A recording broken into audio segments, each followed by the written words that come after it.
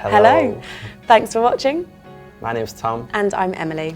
And today we're here on behalf of Department for Education to talk to you about student finance in colleges and universities in England. In this video, we're going to cover everything you need to know about student finance and how to apply. But first, a little bit about ourselves. We are former university students. So like I say, my name's Tom. I went to Newcastle University. I studied a 3-year degree in music, and then I stayed for 1 more year to do a master's degree also in music. But today I'm going to play the part of a prospective student. And I'm Emily, and I went to the University of Bedfordshire, where I studied media performance. I then stayed on for a postgrad in performing before the camera. So everyone's circumstances at university are different, so it's important that you know the facts before so we can help you decide. We're going to tell you about all the financial support that's available to you for your tuition fees and general living costs. Yeah, and it's important that you do know the living costs involved when looking at applying. So these include rent, your tuition fees and the costs to generally live. Hopefully by us telling you the facts and figures, you'll be able to make a more informed decision on whether or not it's for you. The first thing we want to say is that the loans government offers are completely different to commercial bank loans. They are designed to be manageable and affordable. For example, you won't start repaying until you're earning over £25,000 per year, and there's a 30-year limit, so anything left outstanding after that will be completely written off. Make sure you listen carefully to this next bit, as all the important facts and figures are coming up.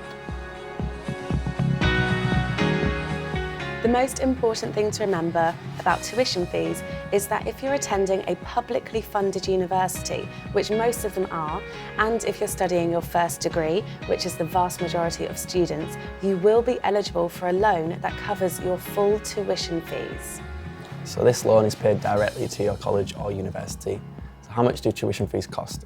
The government sets maximum fee levels for universities and colleges.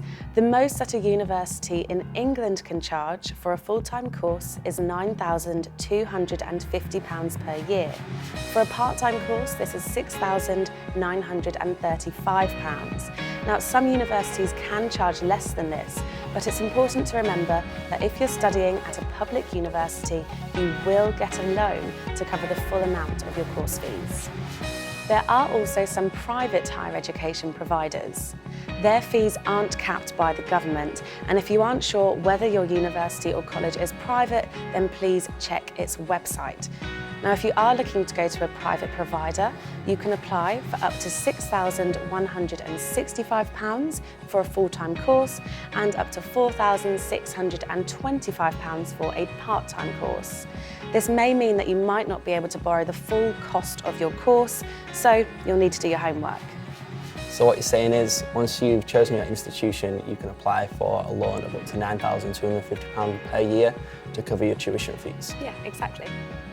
You make that application through Student Finance England, who's part of the Student Loans Company, and they will pay your tuition fees directly to your institution or college of choice, so you don't have to worry about making the payments. Now, rent, books, food, and of course socialising are a big part of university life, but they all cost money. So you'll be able to apply for a loan from Student Finance England to help towards these costs. So from what I know, the amount of money you can access depends on your circumstances, including your household income and whereabouts you study. Is that correct? Yes, that's right. So if you are an eligible full-time student, you will be able to apply for this loan. Once you've applied, it will be paid directly into your bank account in 3 instalments. So bear in mind, it's up to you to be sensible about your living costs. You need to be realistic about what you can afford, and you've got to make it last all term, so you need to know where your priorities are. The exact amount depends on your household income, as well as where you live and where you study. If you're living away from home and outside of London, you are eligible for up to £8,700 per year. And if you're living in London, you're entitled to up to £11,354 because of the higher living costs there. In the leaflet you'll receive at the end, it sets out all the different possible amounts of maintenance loan. Student Finance is also looking to support eligible part-time students for some courses in 2018 to 2019. This will be similar to the support for full-time courses. and further information will be given for 2019 by Student Loans Company. Both your tuition fee loan and your maintenance loan are combined when it comes to repayments. And as I mentioned earlier, the student loan system is designed to be affordable. Remember, you'll only be required to contribute when you're earning over £25,000 per year, and then your contributions are a percentage of your income over that. So how much are the repayments? Well, it depends. If you're earning £10,000 a year or £20,000 a year, then you won't need to be paying back anything at all. It's only when you're earning over £25,000 a year that you start to contribute. And then you'll be paying back 9% of your income over that threshold. So, for example, if you're earning £27,000 a year, you'll be paying back 9% of £2,000. And in case you're wondering, that works out at about £15 per month. So what happens if my salary falls below £25,000 or if I stop working entirely?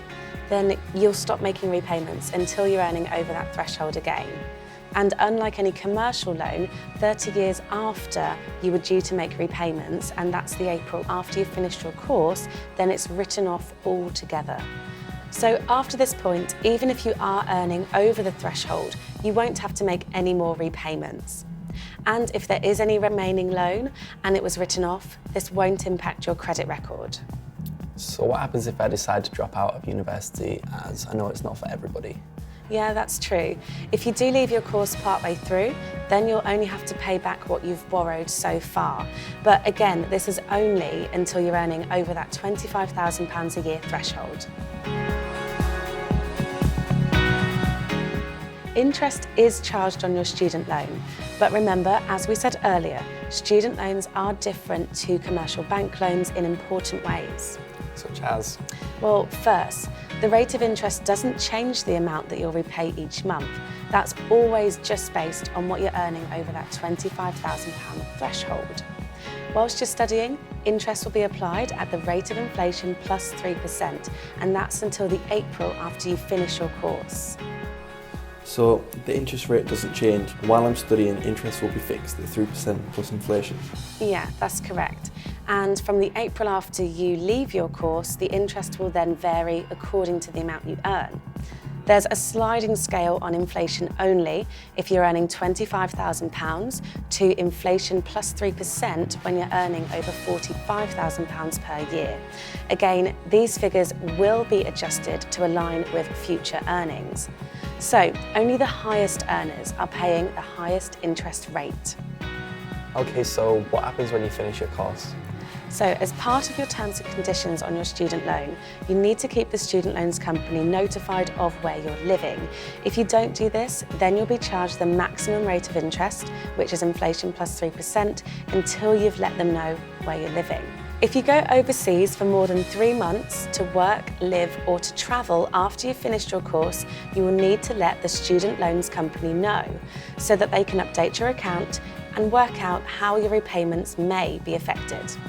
So basically, the key message about interest rates and repayments is that it depends on how much you're earning.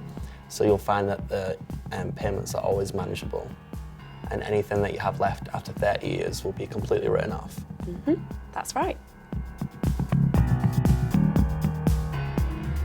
As well as what we've already covered, there may be other financial support available to you, both from the government and from your chosen university or college. Does that mean that I could get some more support financially whilst at university? Yeah, if you have a disability, then you may be eligible for disabled students allowance. Also, there may be extra funding available to you if you have a child or an adult who is financially dependent on you. And there's more information about this in the leaflets you'll receive at the end. Students studying nursing, midwifery and other allied health profession courses may be eligible for extra funding to help with the costs of travel and extra accommodation for clinical placements and also childcare allowances. And many universities offer their own bursaries and scholarships, but it's up to them to decide who's eligible. For example, you may receive a bursary if you're from a low-income household, or a scholarship if you're a particularly high achiever in a specific subject. That sounds good. So I may be able to apply for a scholarship or bursary to help me financially. Yes, and it's up to the universities to decide who is eligible, so you need to do your research. Speak to the university or college that you're interested in for more information, as sometimes bursaries are not widely advertised. If in doubt, just ask.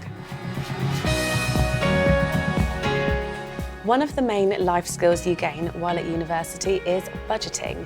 Rent, books, food, and of course socialising are a big part of university life, so you need to know how to manage your money sensibly. So what did you do to help you budget? Did you have to get a part-time job? Yes, I worked 2 jobs. I worked in a bar and also in retail, and I also made sure that I had a weekly allowance in cash, because I found when I was using my card, it was easy to go out of control. It's good that you managed to keep a job while studying. And did you also have time to socialise? I did, yes. Luckily my bar had lots of karaoke on, so I didn't feel like I missed out at all. And student discounts, did they help at all? Oh, definitely, and there are a few apps that can help with this, such as Student Beans, Uni Days, and also get yourself an NUS card. Also, you might want to just do a search for discount codes for the shops that you're looking to buy from.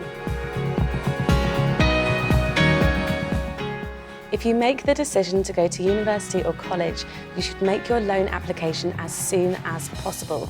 The easiest way to do this is online, and the main window for applications opens in the spring just before you go to university. So you should be able to apply between February and May. So where can I apply? So the first thing you need to do is go to gov.uk/student finance. You should go here, register yourself, set up an account and get started. You need to be filling out your applications as soon as possible so that you can ensure that your funding is all sorted before you go to university. Hopefully you now have a better understanding of what financial support is available to help you achieve a higher education qualification. One of the key things I want to get across is that it's important to make the most informed decision that you can. All courses and institutions are different, and it's a big life-changing decision, so make sure you do your research. In 2016, government introduced the Teaching Excellence and Student Outcomes Framework, or TEF for short. Universities who participate in TEF receive a gold, silver or bronze award, which reflects the quality of their undergraduate teaching, their learning environment and the jobs its graduates go on to. You can find the results on the internet, and unis may mention their TEF award if they have one on their website. If you want to find out more, there are a few websites and things that I can recommend. gov.uk/student finance provides more details on everything we have covered today, including things like disabled students' allowances and childcare grants. To find out more about what courses universities have to offer, you can visit the Unistats website. This is an official government website that lets you compare information from different institutions on student satisfaction rates, tuition fees, accommodation costs, graduate salaries, and lots more. The Student Room website holds loads of student finance information and tips about going to university. Student Finance England have a dedicated student finance zone on the Student Room where you can find the latest information and resources. The UCAS website is another useful source of information.